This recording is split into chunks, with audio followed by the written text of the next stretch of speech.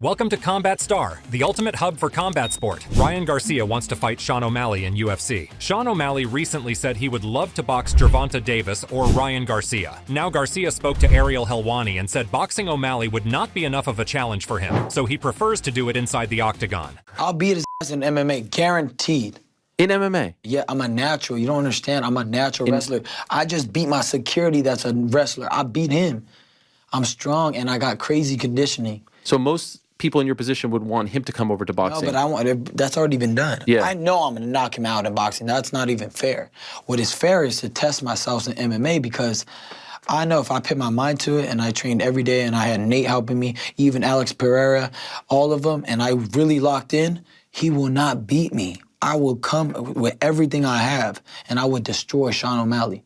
In the UFC? In the UFC. Garcia revealed he texted UFC President Dana White about setting up the fight, but admitted the messages went unanswered. Already sent text messages to Dana. Yes. I've already got people that are connected to Dana to ask him, let's do this. I'll come to UFC, pay me a bag, I'm there. De La Hoya appeared on the MMA Hour. Hoya proposes a fight with Dana White in the co-main event of a Ryan Garcia versus Sean O'Malley card. Soon after, De La Hoya angled for an opportunity to fight the UFC CEO in some kind of a potential boxing versus MMA supercard. Sugar Sean, he's the... Does he have purple hair now, or what color is it? It always changes. What color Yellow, of the week? purple. Yeah. We'll see. He's fighting in 2 weeks in Miami. I like him. He's a good striker. Very good. Yeah, right? Great. Yeah. See, I've been doing my Very dynamic. I've been But he doing my wants to. homework. He doesn't want him to come to boxing. He says, Dana, I want to go to MMA. Now, the first thing that came to mind was your relationship with Dana. How could that ever happen? I mean, it would be a gigantic fight. Could this happen? It'll be a hell of a promotion. It would be. Right? Yes. Yeah. It'll be a hell of a Would promotion. you be okay with that at this point? He said, if all goes well with Devin, I would love to explore that. Give me 3 months. I would actually entertain that because Ryan can fight, in the main event with this kid, and maybe I can do Dana on the co-main. I thought you guys are cool. Didn't you say you No, want... we're cool, Yeah. but it's all good. I mean, I don't know if we're cool. I mean, I haven't even talked to the guy. I know, but you put out a thing that you wanted to I'm good. bury the hatchet. I'm good. Yes. I'm good. Yes. But it doesn't mean that we can go Have at you it. seen him anywhere? No, never. No, never shook hands. No. 'Cause I there know was he a time- Does he live in Vegas? I believe so, yes. Yeah. You live in Vegas, too. I live in Vegas, and I'm going to do some big things in Vegas now. Matchroom promoter Eddie Hearn remains frustrated that Gervonta Davis has refused to negotiate for a proposed fight with Conor Benn. Davis revealed Hearn's initial offer on X, which was sent with an invitation for further talks. The letter stated Davis would receive a guaranteed $10 million and an upside percentage of PPV and gate receipts. Davis posted on X, "I was just trying to be good for the sport and beat your ass in your hometown, but the spoon-fed white boy keep trying to cheat me out of my money." Following Saturday's Edgar Berlanga-Padraig McCrory event in Florida, Hearn commented on the failed discussions. "I didn't say that I offered him $25 million. I said I offered him 8 figures, which is $10 million plus an upside on PPV and the gate receipts. I think he could make somewhere between $15 million and $25 million for that fight with Conor Benn." Hearn was puzzled by Davis's refusal to even speak about a possible fight with Benn, suggesting that Tank may not fully understand the terms of the offer. "I said in the email that I want to sit down with you and explain the PPV upside and the gate upside.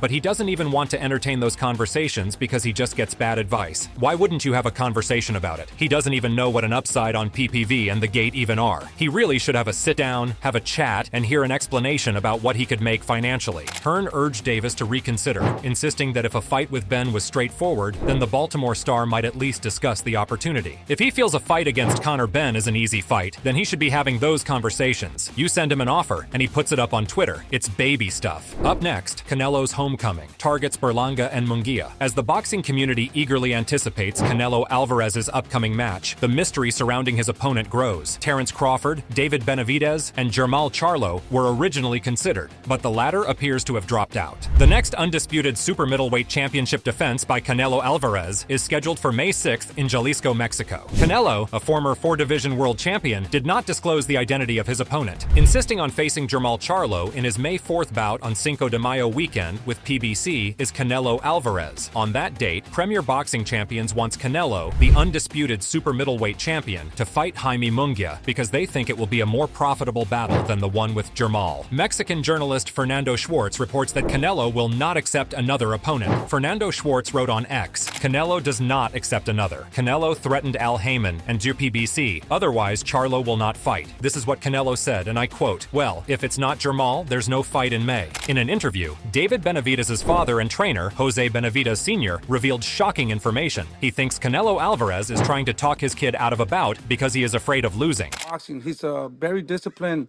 guy. You know, it's going to be so hard for us to do what he has accomplished. My respects for that, but at the end of the day, I think he has worn his body with too many battles, you know, in camp training and training camps and all that. He has a lot of fights. He has a lot of miles on his body. I believe that he knows that he's not as strong as he used to be. We've seen that in his past fights.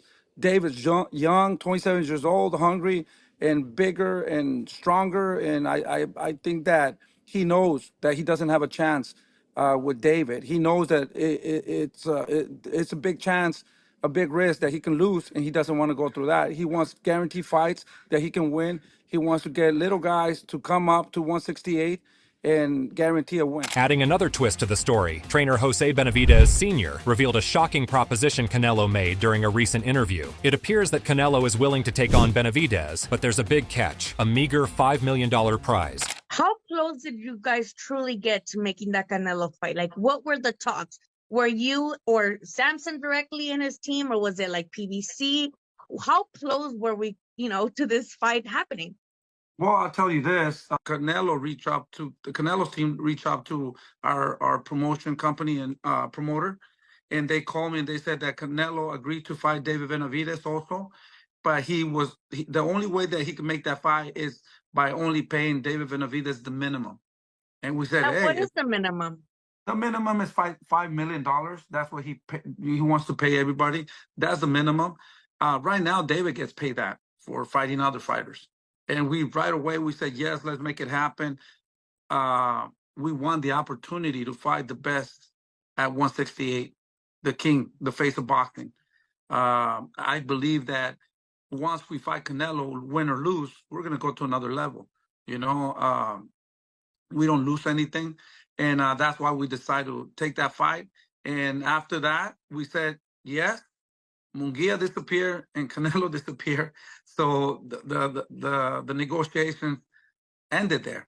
And I just wanted to share that with you. So last week, we were kind of negotiating with all that, and they just agreed not to fight no more. So the opportunity came 2 days ago to fight Bosley. Edgar Berlanga says he wants either a title shot against undisputed super middleweight champion Canelo Alvarez or Jaime Munguia next after his 6th-round knockout win over Padraig McCrory. Berlanga says he's not interested in fighting anyone else other than Canelo or Munguia. When asked who he would face if he couldn't get either of those two, Berlanga skipped over the question, choosing not to answer it. Since Berlanga is only interested in fighting Canelo and Munguia, this is more about business with him and not sport. If Berlanga has to fight Morrell, David Benavidez, Caleb Plant, Jermell Charlo, and the jig is up. Terrence Crawford and Gervonta Davis need to fight more, according to Matchroom promoter Eddie Hearn, in order to maintain their fan base. After making a ton of money in their most recent battles, Tank Davis and Crawford's former motivation to keep active has vanished. Crawford is making his case by remaining idle, since Canelo Alvarez has no reason to go on a man who is hardly seen. Crawford wants a big payoff battle against the Mexican superstar. Hearn stated, "You've got to stay active. That's the thing with Terrence Crawford. He's going to be out of the ring for nearly a year again. Take a fight to Omaha. Defend your world titles. You've got money. It's not like you're going to be fighting for free. You're going to be making millions. But stay relevant and build your superstar status. People will forget about you." Tank Davis is even worse off than Crawford because he's only 29, yet he's not trying to stay busy or fight quality opposition. At least Crawford was trying to get fights against the big dogs during his career. Hearn stated, "Gervonta Davis is another one. Tank is a superstar, but he needs to be more active. These guys have got to be fighting 3 times per year. In Tank's case, he's been avoiding avoiding the top guys his entire career, and that risk-averse behavior is continuing as he approaches 30.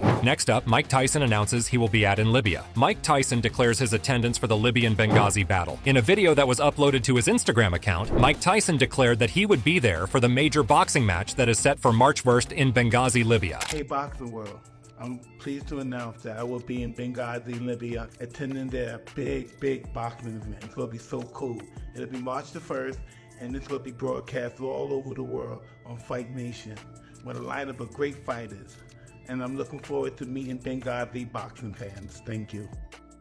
Dictator Muammar Gaddafi banned boxing in the country in 1979 until it resurfaced with his overthrow in 2011 and the re-establishment of the National Federation, created in 1962. The Libyan Boxing Federation picked up the gauntlet and announced Tyson's attendance on its social networks and invited all Libyan fans to participate in the most outstanding sporting event organized in a country resisting more than a decade of conflict and instability. Moving up, Keyshawn Davis on Andy Cruz. Gold doesn't chase silver. Lightweight contender Keyshawn Davis jokingly says he's still waiting on the contract to be sent by 2020 Olympic gold medalist Andy Cruz's promoter, Eddie Hearn, for a fight between them to take place. The contract that wasn't Hearn had said he would immediately send a contract to Keyshawn if Cruz was victorious in his fight last Saturday night against Brian Zamaripa. Cruz easily won the fight by a 10-round unanimous decision, but it seems that Hearn didn't send the contract to Keyshawn. The talented Cuban Andy Cruz has already beaten Davis 4 times in the amateurs, dominating him in every fight. Hearn said that Keyshawn would never beat Cruz, no matter how many times they fight, but he still wanted to see the two. Hearn obviously understood that sending a contract. Eddie Hearn calls out Keyshawn Davis, "Do you want the Cruz fight or not?" The deleting of the tweet was pretty incriminating by Keyshawn, showing that he had zero interest in fighting Cruz. Then Keyshawn Davis on social media, talking about the contract that promoter Eddie Hearn had said he would send immediately following lightweight Andy Cruz's win over Brian Zamaripa. I'm trying to figure out,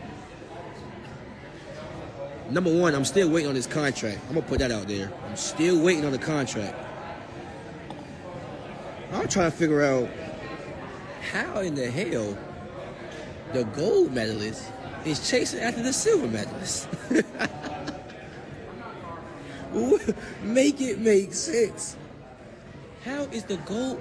No, not how, but let's think about why is the gold medalist chasing after the silver medalist?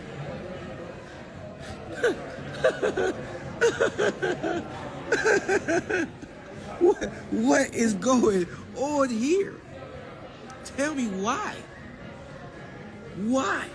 He was a gold medalist. He already beat me 4 times in the amateurs and all that. Why is you chasing after somebody you beat 4 times already? Make it make sense. Come on, bro. Make it make sense. Never in boxing history has the gold medalist chase after a silver medalist. Oh, man. Oh, man, oh, man, oh, man. Adding Keyshawn's scalp to his resume will increase Cruz's popularity, and it'll be a good move to get pushed up the rankings. If you enjoyed this video, make sure to subscribe and check out some of our other videos on the screen right now.